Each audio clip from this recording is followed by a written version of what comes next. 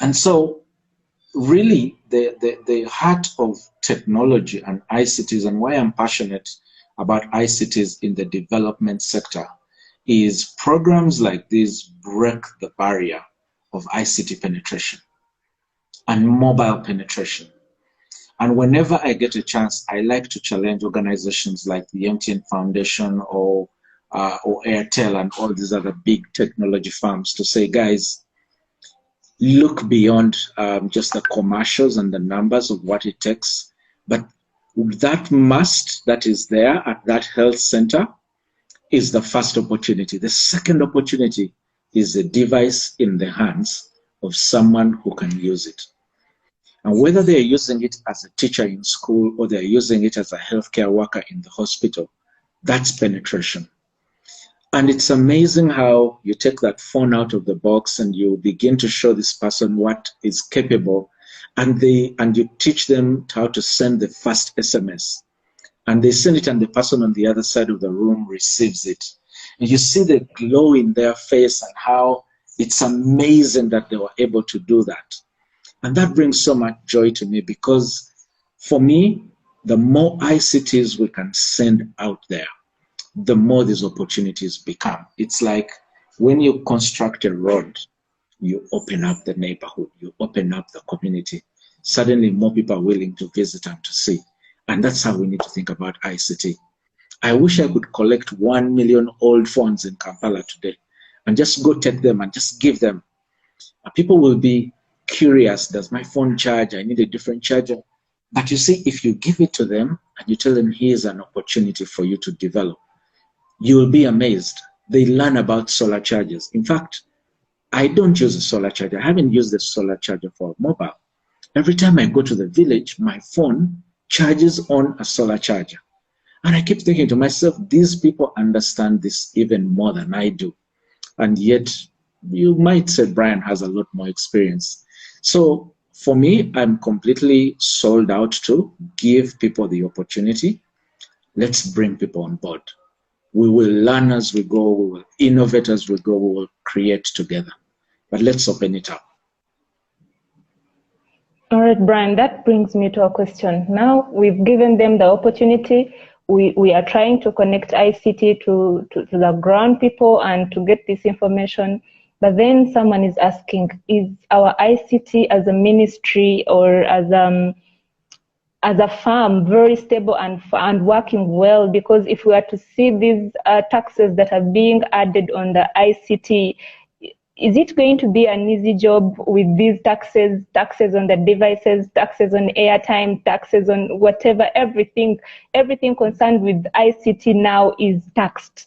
So is ICT as a ministry growing, and is it going to be that easy for us to give everyone these devices with these taxes that we have? So no, it's not going to be easy at all. 12% isn't a small number.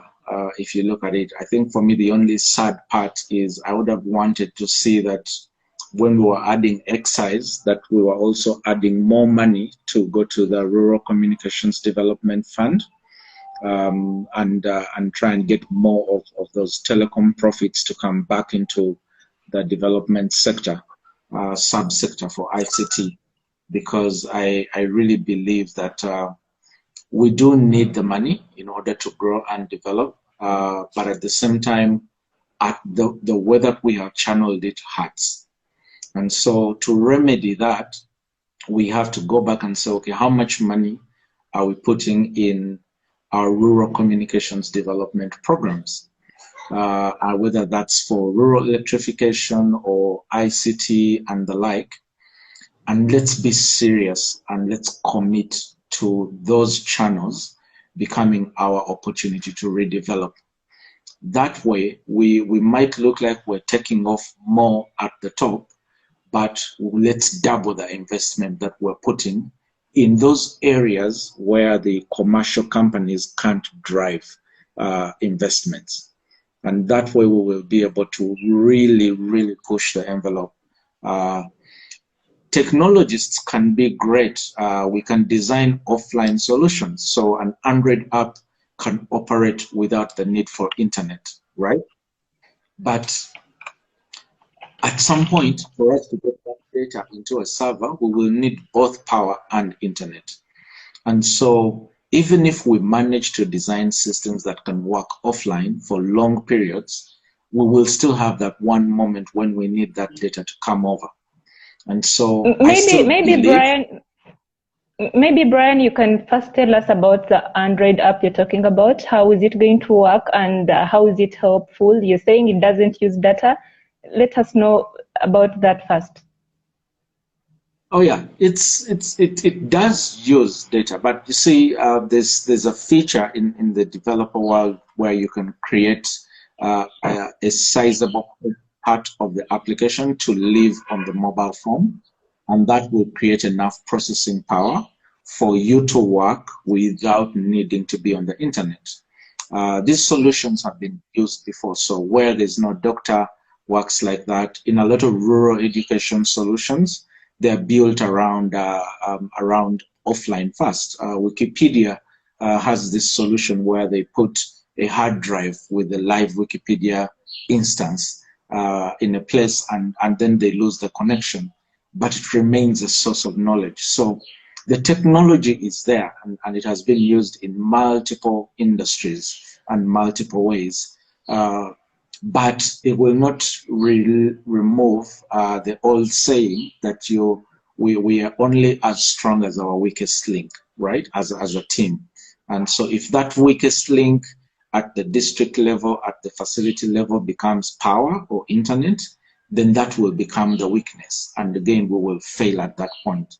So we have to invite innovations that can give us much, much more, but also without removing the need for community infrastructure that helps to make those innovations sustainable. Both are important. All right, true. So maybe you can give your recommendations to the government, what you think it should do. It has already brought these taxes on the ICT, and the very many, and crippling the ICT development. What would you advise the government to do? Because at the same time, we need to see this sector grow and grow deep to the ground.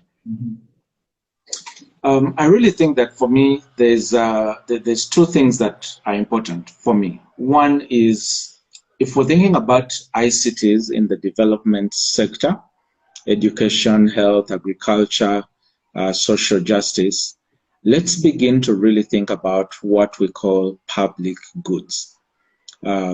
People who build software solutions or hardware innovations that are designed to serve the social sector. These people usually are not profit-minded. They need money to help them sustain their operations, but not because they're trying to make a profit of it.